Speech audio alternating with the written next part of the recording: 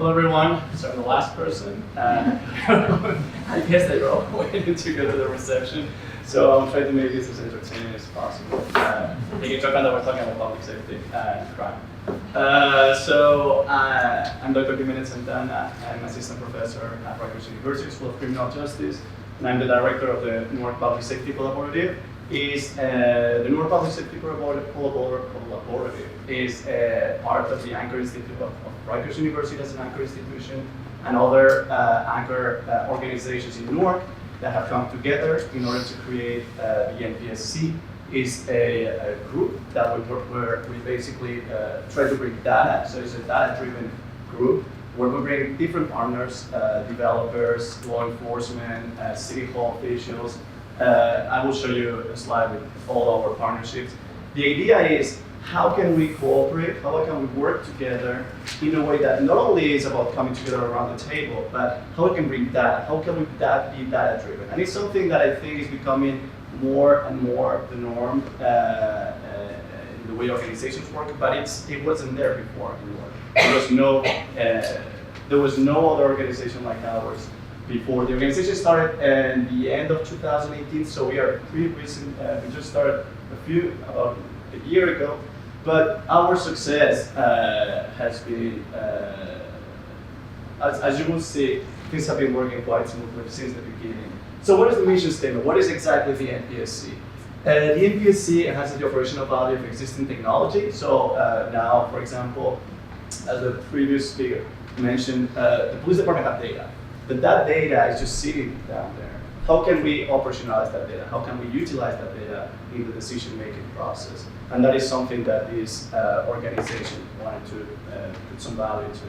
So our approach is place-based. So let me just mention what place-based analytics means first. Matt mentioned broken windows theory, and I'm going to mention it, talk about it for a second. Broken windows theory is started way before I even graduated, or I was a teenager by the time that theory was becoming the rule, but it was actually tested in New York. Broken windows theory, even though people think sometimes about that theory as, okay, there's a broken window, let's fix it, and we're going to get rid of crime. That was never the case. The actual theory never talked about fixing the window. That was just a metaphor. The idea was to go to those places where there is physical disorganization and arrest people for small crimes, for big crimes, basically, because that will lead to a reduction in actually more serious crimes. So the idea was to arrest your way out of the problem. It was never to fix the physical environment to start with. So again, the metaphor was never about fixing the broken windows. George Kelly, which also was a faculty at the School of Criminal Justice, worked in Newark, and that was never the focus. Our focus, on the other hand, is place-based. So for us, the offender is just another observation in the analysis, but we do not take the offender as the objective of the crime reduction strategy. But our focus is on the places that attract criminal behavior. That is why our approach is place-based.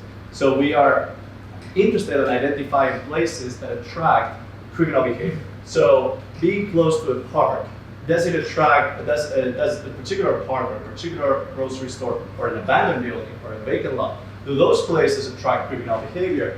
So that is what we are interested in. We are not interested in knowing whether the offender is from a certain ethnic group or from a certain nationality. Our interest is on the places that attract criminal behavior. That's why we are place-based. Then the idea was to make this organization community engagement model as part of this organization, so that we know the police cannot fix. They are not the only ones that can fix public safety in a city. Police cannot have limited resources; they can't do that much. It's only through a collaborative model that you will be able to actually achieve a sustainable reduction in violence, a sustainable reduction in violent crime. So we are thinking more on the model of co-production as the solution, instead of simply targeting the police as the only agency that can actually reduce crime.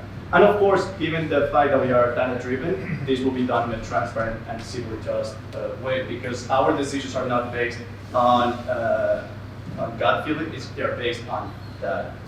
So what are the key points of how the organization is operated? First, we work under the DICE model, Data Informed Community Engagement. So the DICE model posits that only through community engagement, only through collaborative model, we're going to be able to reduce violent crime. And that needs to be data-driven, always data-driven. And I will explain the method that we use in a second as I continue. We want to convene local stakeholders in a collaborative effort to make this happen and deliver actionable data. In the end, we want to propose programs, not only identify locations, but propose programs that can mitigate the risk, different risks that exist in the community. What is the solution to public safety according to our model? What is the solution in the end of public safety? Only through urban transformation, only through helping those communities thrive, you will be able, in the end, to reduce crime. It's not about arresting more people, it's about bringing economic development to those areas. And I think most of the people in the room are going to agree that that is the goal in the end. And that, of course, is the goal of our initiative. So this is some of the analytics that we prepare at the center with NPSC analysts. We run a model called RTM, called Risk-Train Modeling. So let me tell you the story about our methodology. So risk-train modeling is a GIS-based technology that was created in 2010 by Professor Dr. Kennedy and Dr. Kaplan, also faculty at the School of Criminal Justice.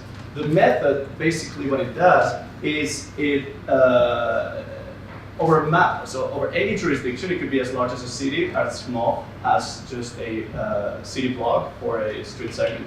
We are analyzing how different risk factors, as many as you want to pull on the software, how they spatially associate with the location of crime. So again, our dependent variables, so what we're trying to explain, is the location, is the XYs, is the actual precise location of past crime incidents, and our independent variables are the different elements of the built environment.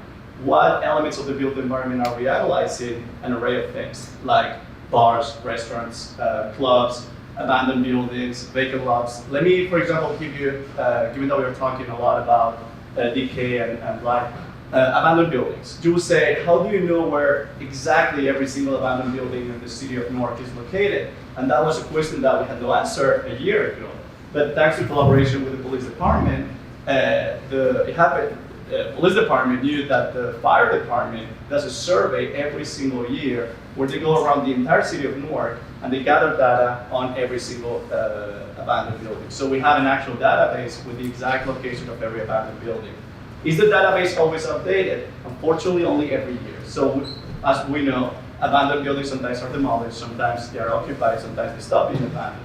And some properties sometimes become abandoned in the middle of the year. So we don't have yet a method to update the data more than once a year, but we have data updated yearly on the number of abandoned buildings in the city of Newark.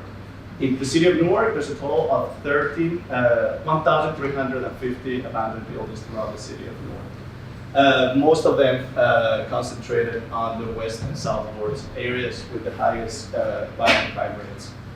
So, citywide, which is the model that you're seeing here, risk-train modeling identified the following risk factors, is the column that you see on the side, identified vacant lots, grocery stores, abandoned buildings as the main risk factors citywide, okay? So you may say, why grocery store is a risk factor? Is the grocery store is not the problem. What the software does is it identifies that place as a risky location. That means that maybe and that was the example that we talked before. Maybe there's juveniles concentrated around the grocery store. Maybe something's happening around the grocery store. So the grocery store itself is not a problem, because it happened to us sometimes to give these presentations at the police department. They said, I cannot demolish the grocery store. I cannot, that's not the problem. You don't want to destroy the places. What you want to know is you want to know what's happening in those places, and that's the key.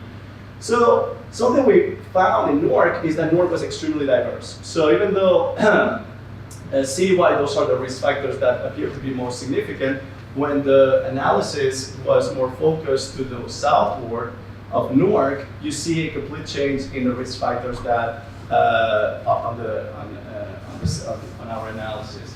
The reason is that in the southward, abandoned buildings is by far the highest generator of criminal behavior. In this case, the actual crime that was analyzed is aggravated assault. So you see, abandoned buildings are by far the high, and this is statistically significant. This is what the data suggests. It's not us feeding the system. We pull all the data, and the system identified that those were the most significant risk factors. That doesn't mean that every single abandoned building in the south ward of Newark is a is attracting criminal behavior. No, it means that in higher risk areas, so that is places where there's an abandoned building, close to a laundromat, close to a pawn shop, those that creates a behavior, creates a particular environment that is conducive to crime. So we actually identified a number of abandoned buildings. I will show you things on the next slide. So we prepare triples that we brought to community meetings, where we basically identified, and this is the data that you have here, which are the actual abandoned buildings that we identified as attracting criminal behavior. So these are the 6 out of the, I believe there's about 400 abandoned buildings in the South Ward. Those are the only 6 that the system identified as being in a risky area for criminal behavior. And the same for vacant lots that also show it as significant in the analysis. Another disclaimer is the vacant lots that we have available are not every single vacant lot throughout the city of Newark, just the city-owned vacant lots, because the city has a database of all the vacant lots they own, so we don't have every single one. And the problem is because ownership changes and varies. Some groups may have a database with certain vacant lots that belong to a certain number of, to certain organizations, holders. So in the end, we said we're only going to work with city-owned vacant lots. And the strategy behind it was by identifying city-owned vacant lots, we can actually help community groups to take ownership or lease those vacant lots. The city of Newark has a program called Adopt a Vacant Lot. A community group can pay $1 and basically take ownership of that vacant lot for a year and make some changes to the vacant lot in order to remediate the criminogenic features of that environment. And I will talk a little bit in a second about how that is changing actually. So here's another example. This is the West Ward instead of the South Ward. We prepared another brochure where we show, and these are basically distributed to residents. So the idea was how we form organizations, community partners, and residents on the different risks that exist in their environment. So this is data that is that residents don't have access to in a regular, and we produce this data for free for them, thanks to the support of the anchor institutions that I mentioned. So the idea is, how can we better inform? How can we bring together these organizations to cooperate? So first, NPC employees, in my case, I go myself to roundtables. That one is in the South Ward, to talk directly to residents and explain to them what remediation strategies could take place in those risky areas. So some people will say, okay, I live close to an abandoned building. What can I do to improve my safety? And we will offer them a series of recommendations based on data. So these are all, as of now, this is only after a year of work, so there's a lot of meetings that I have to go through. These are all the partnerships that we've been able to maintain over the last year.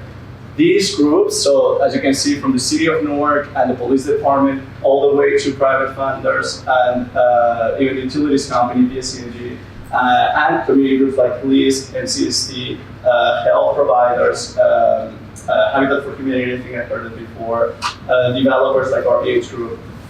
And all these groups come together every 60 days to Rutgers Newark and are informed every 60 days on what are the changes on the criminogenic environment of their jurisdictions. So we produce for them reports that are customized for their needs. We also provide a city-wide analysis that we share with them. The idea is how we bring them all to the table. So this meeting took place, for example, last week. Let me explain some of the things that we talked about that I think are relevant to this idea of collaboration, of bringing together different partners. For example, I think tomorrow we're going to be talking about land bank programs, and unfortunately I'm not going to be here, but let me, for example, talk about land bank in Newark. In Newark, there's not a land bank legislation as of yet, but it's being passed. It's just getting started. The governor of New Jersey and the the mayor of the city of Newark signed a piece of legislation in August, and it's going through it has not been yet. It's not yet a law, but it's on the process of becoming a law. There will be a land bank program in Newark sometime in the fall. So in this meeting, community groups asked, we know that vacant lots are a problem, and we want to take ownership of some of these vacant lots through the land bank program. What is the status of the land bank program? On the same table, we have the city hall. Who knows exactly what is the status of that legislative piece? They consult with each other. They are going to bring us to the next meeting.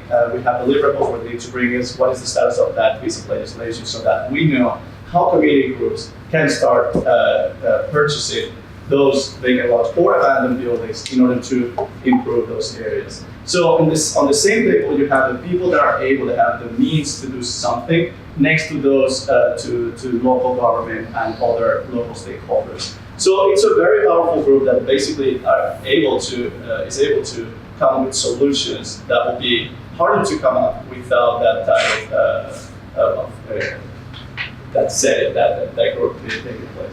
So, for example, let me talk about the example of a particular community group called Newark Community Solutions. Newark Community Solutions was doing, before even we started working on this initiative, they were already working on identifying vacant lots across Bergen Street on the southward of Newark. Based on our analysis, they decided to actually adopt some of those vacant lots and begin taking some action on those spaces. Through the data, they conducted LISC. LISC offered them a grant. Through that grant, they were able to adopt vacant lots from the city of Newark. And here you have the partnership working as a first example. This was our very first example of partnership. They went to those vacant lots. The idea was, of course, to clean those vacant lots and do murals, prepare a stage where people could gather. So this is the example. I also participated with the group in painting the space. Like you can see, they wanted to make it more vibrant. They wanted just to people, when they walk close to this space, to feel safer, to feel that somebody's taking care of those spaces. And that also is connected to the arguments that we heard before. Green spaces have a positive impact on people. And if we take care of those spaces and there's no illegal dumping taking place, and people see that somebody's taking care of those spaces, you will see an improvement of safety around these spaces. Right now, what we are doing is, after the actual vacant lot was, as you can see, rehabilitated, what we are doing is we are monitoring changes in the criminogenic environment around this vacant lot to see what is happening. So this vacant lot was rehabilitated last month. We're going to be monitoring changes on the environment until the end of the year to see whether or not it had a positive impact in this particular location. Another example is with one of the oldest community groups in Newark, New Community Corporation. So New Community Corporation owns a good number of low-income housing units between Central and the west ward of Newark. And based on our data, we identified that one of the border sections of their footprint, there were a series of vacant lots that were associated with a number of violent crime incidents. So we identified the abandoned buildings, which happened to be owned by the city. ACC contacted the city and purchased those abandoned buildings. So right now, these abandoned buildings, as of now, are being demolished, and they're going to be building low-income housing units in that particular area, which, like I said, was on the border of their footprint. This is the type of analysis that we offer them. We provide them with maps, we provide them with data, and we provide them, as you can see here, the actual, those are the cells that indicate where the high-risk areas are on the map. And as you can see here, we show them exactly what is the location where the risk mitigation strategy needs to take place. Another example is NCST. NCST is a community group. It's one of the community groups that the mayor of Newark put together to help to bring action to bring resources to the street. So most of the employees of NCST are previous people that have been in prison. So the idea is how to help these people to work with the community and be part of the community again, even though they've been in prison because of what they did in the past. So the work we're doing with NCST and their resources is right now they are working on different safe passages for schools around the South Ward.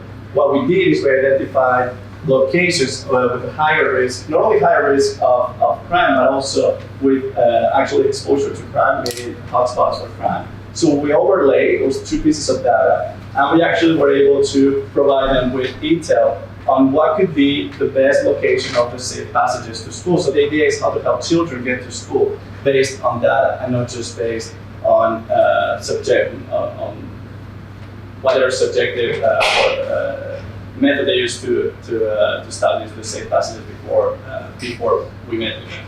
So again, the idea is how can we bring enough community groups to the table so that we can help them on their ongoing operations. So the idea is not to, because sometimes they feel a little threatened, oh, they're going to be doing my job. No, we always say from the beginning, we are here to analyze, we are here to provide you with the data piece.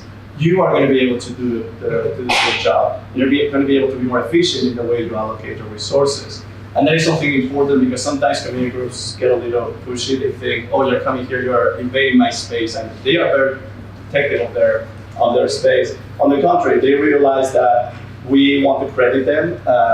For example, for academics working with practitioners, sometimes particularly community groups, is that they think that academics are just there to use them as, and let me just say, slap rats and publish. And I said from the beginning, I want this to work. I'm not even going to publish until I see this working. And even though I'm gathering data because I'm a researcher and I want to see and I want to evaluate this program, that's not my goal right now. And there's a long, especially cities like Newark, Detroit, cities with lots of crime, with crime, they've been abused and abused and abused by researchers. And that's something that I face as a researcher every time I deal with the community.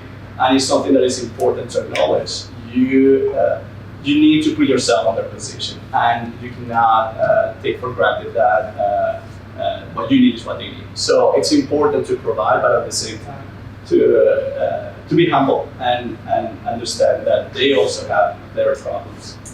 So that's just an overview of what we're doing, and I hope it helped you. Thank you.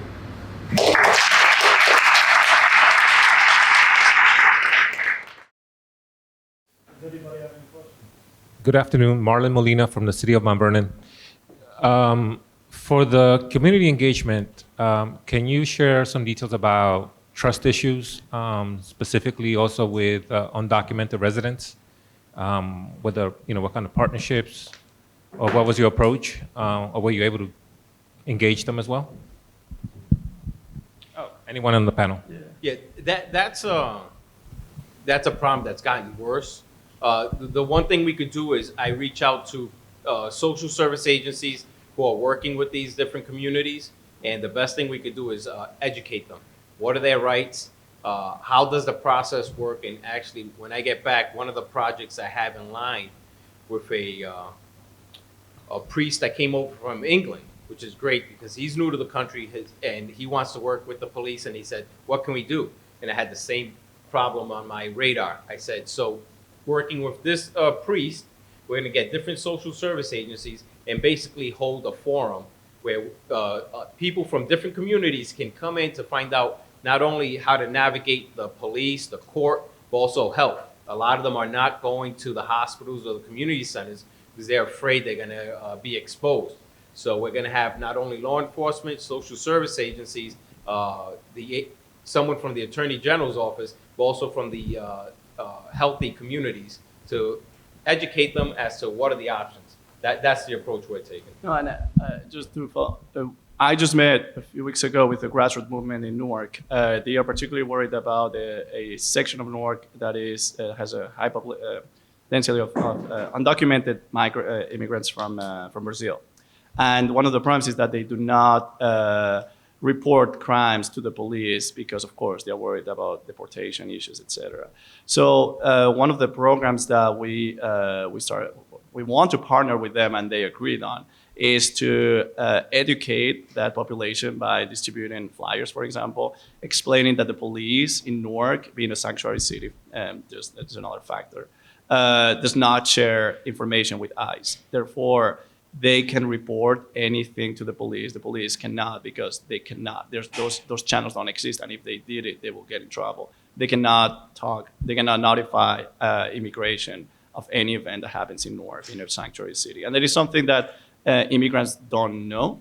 And I think education is extremely important, because not knowing what crimes are happening is data that we don't have. The data that we don't have is analysis that we cannot produce, and therefore it means that there's a piece of the puzzle that we are missing. So it's extremely important to create that linkage and to make them understand that we, the police, at least in Newark, I don't want to talk about the entire country, would not share data with immigration authorities. Yeah, and I would add, I think it's important to recognize the unique position many of us are in the room are in, especially those with community-based organizations that can fill that role of honest broker and act as an intermediary between police and community members as trust is built. And I think another element of our strategy, which helps with this, is the focus on place rather than people, especially in communities which feel that they have not been equitably served. Communities that have been the victim of a racist criminal justice system, right? If we concentrate on place instead of people, it's an opportunity to build trust through showing each other our mutual interest in a safer place, not just in arresting people. And so the long-term approach is through that.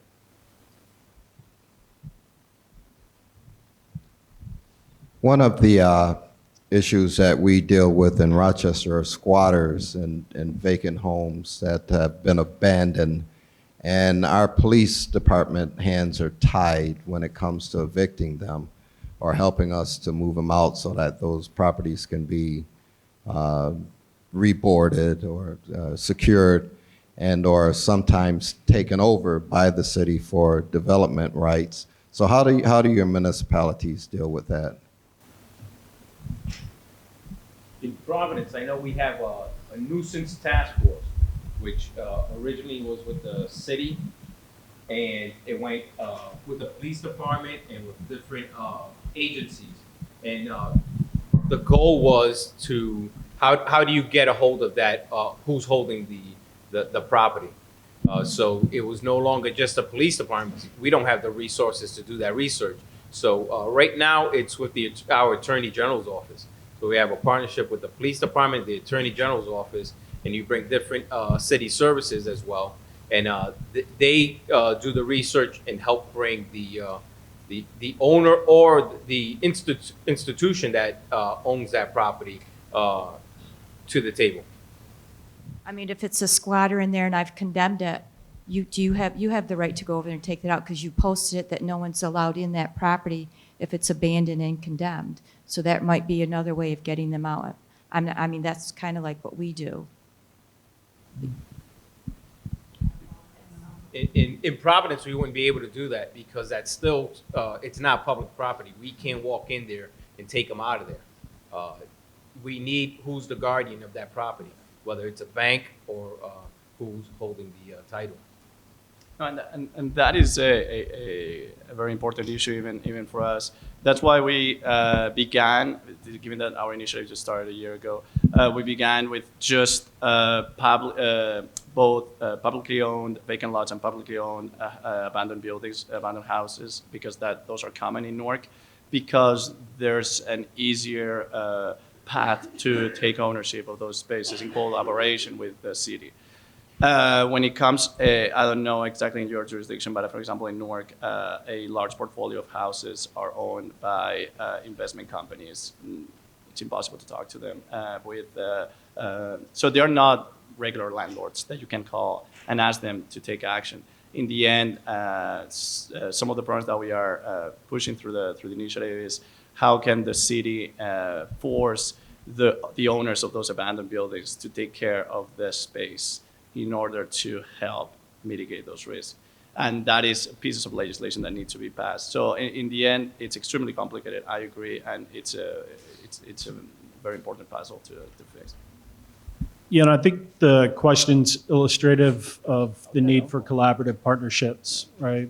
Because until you really examine what's happening in your jurisdiction and the barriers to effective prevention, it's difficult to come up with the right solution for you. Is it city ordinances that need to be changed? Is there a pattern among ownership for the problem properties that can be addressed by looking at just a couple different owners? Is it a case where, landlord training might be helpful, or the city needs to take a more aggressive approach to boarding up properties themselves? Hey, Matt. I just wanted to follow up on your comment about Pennsylvania Horticultural Society's Vacant Lot Program. So that's their Philadelphia Land Care Program. And as part of that, they partner with I think about 18 community-based organizations, and they hire returning citizens, reentry citizens, and employ them for maintaining. They do like temporary landscape treatments and then maintain those, so keeping the grass cut in season, et cetera. But it seems like a real model for connecting, mitigating safety issues, and also tying that to opportunities for residents. Yeah, thank you, David. And you reminded me, I had this on the back of my paper. If any of you are interested in examining ways to use zombie properties to facilitate reentry housing, I would love to have a discussion with you. We find that in reentry, the most common missing element for programs to reintroduce returning citizens is the housing issue. The three keys for returning successfully are having a job, reestablishing social relationships, and having housing. And the housing is really the most difficult among those. I just wanted to say that in New York State, we have Article 19A. So if there's a property that's been abandoned but is privately owned, but has squatters or criminal activity, your corporation counsel can go to court under 19A to take title to that property. I mean, it's a little bit of a clunky law. I know there are proposals for how to improve it, because you have to basically provide notice to every possible owner and lien holder on that property. But if no one shows up, or they show up and don't make a good case for any plans to actually do something, positive to maintain that property or keep it from continuing to be a crime magnet, then the municipality can with a court order, take over the property and take whatever steps, whether it's demolition or rehabbing or whatever the case may be, to get rid of the problem. So we do have a tool in New York State, even though it's a tool that needs to be refined. And I was just wondering, there's so many zombie grantees and land banks in this group, whether many of you have been successful in reducing the number of vacant houses. So I was just wondering whether any of you have looked at whether this reduces crime in any way, or are you seeing any results?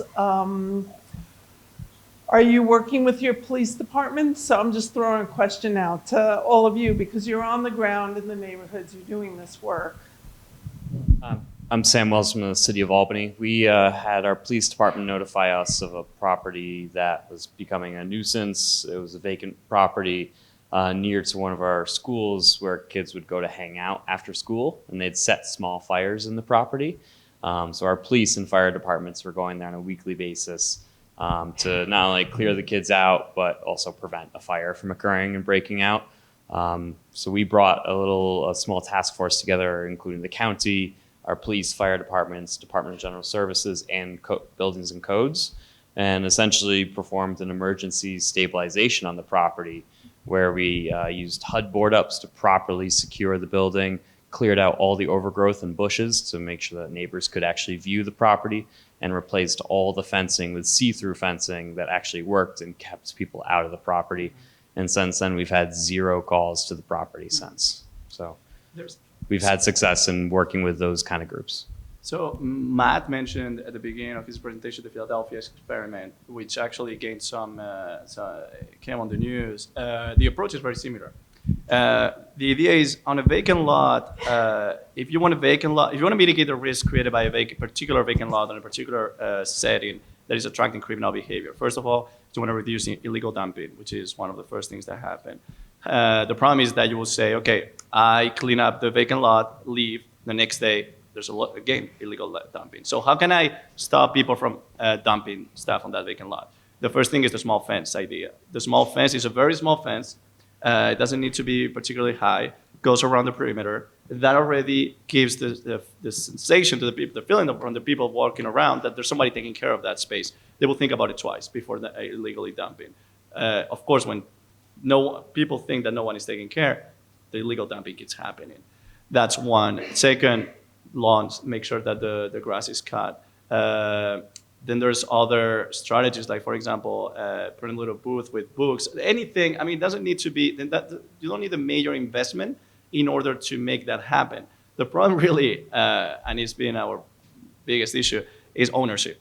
How can I do that if I don't get ownership or I don't get a lease over that space? Because there's enough groups with the money and the people to do it. The problem is, it's not your property. How can I go there and take? So what we realize is, and for us is really something that it's been stopping us from the beginning, because I've been very vocal about vacant lots and abandoned buildings from the beginning.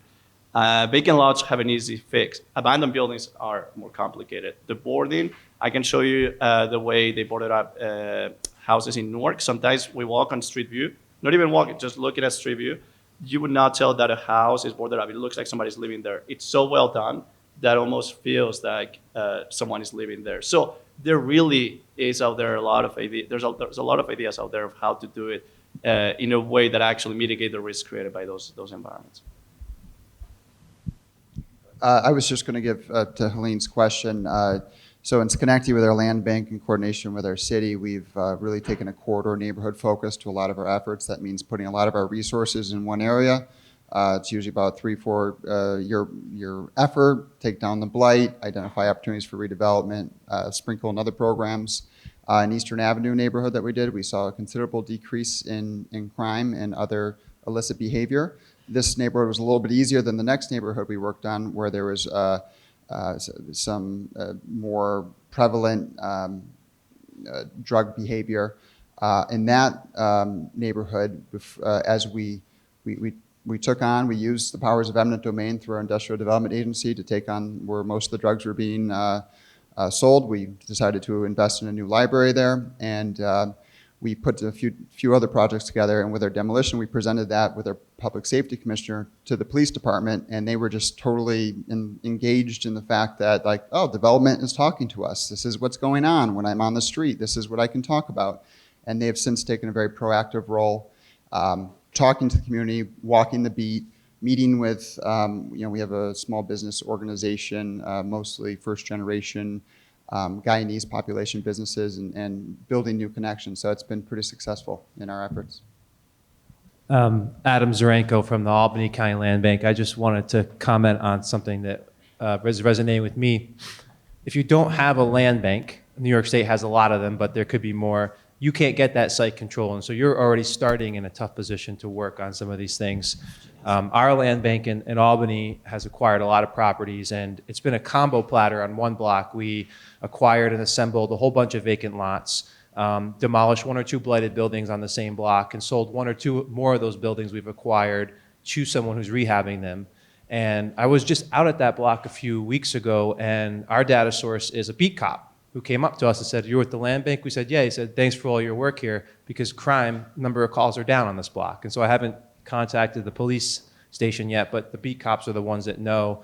We ended up selling some of those lots we assembled to a community group that made a community-based garden that lets people in the community help take care of some of the plots on the garden. And so the manager of the garden tells us there's been no incidences there to report, and a lot more people engaged and invested. So I think David in Schenectady is showing some of that work, Sam in Albany some of that work, but just piecing those things together and just turning some of those things around really helps, I think, reduce crime. And your data is very helpful, but even anecdotally, and that helps, that's helping these communities a lot.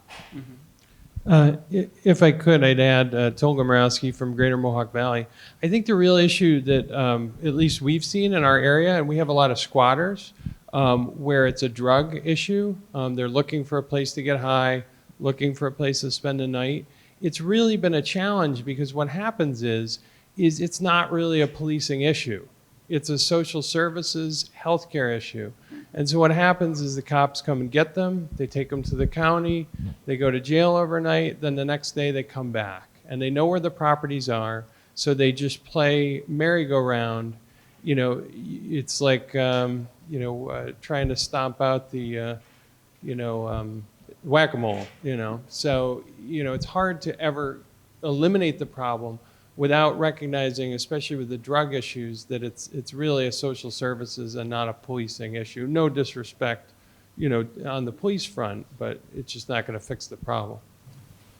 Yeah, no, I couldn't agree more, right? Which is kind of why there needs to be the collaborative approach and bringing different partners in and addressing maybe the shortfalls in the treatment environment in the county, and also kind of being able to use data, identifying the failures in the current system and patterns among users, and maybe you'll be able to find some parts of the system that can be changed.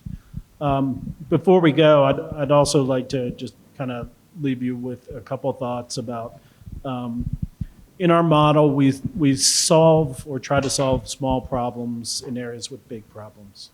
And so you can't view this as something that's going to come in and change the neighborhood and fix the neighborhood. It can change things, but mostly through helping to provide a model for problem solving, to build trust, to create expectations among residents and community-based organizations that they can have some success and learn how to pull levers with local government or local agencies. But the purpose of building the neighborhood capacity is to then repeat the process and keep things going, and it may lead to issues that aren't in your bailiwick, but for which you still need to be a partner and a contributor. So to circle back to the question on that, I mean, it's a public health issue, right? But the police are going to be involved, so can they work with the community to find a way in which their involvement is a little less futile next week, and maybe the month beyond that, a little more less futile, to the point where we can develop some solutions. I was able to work in Dayton, Ohio, starting in about 2013 on a project where they happened to get a federal grant to address burglary and prostitution in a neighborhood which essentially was ground zero for the opioid crisis, and found that the county had abandoned essentially their public health infrastructure to deal with the issue. So they were lucky in that they were positioned in doing this analysis and developing the partnership as they were learning about the opioid crisis in their area and able to react. But it's something that took 5 to 6 years to really develop responses that have now, knock on wood, started to bear some fruit. And we now have a happy hour to go to. So unless you want to say anything, Robert, thank you for being here today. Thank you for your participation and attention. So thank you, Matt. Thank you, panelists. This has been a fantastic panel and a fantastic day.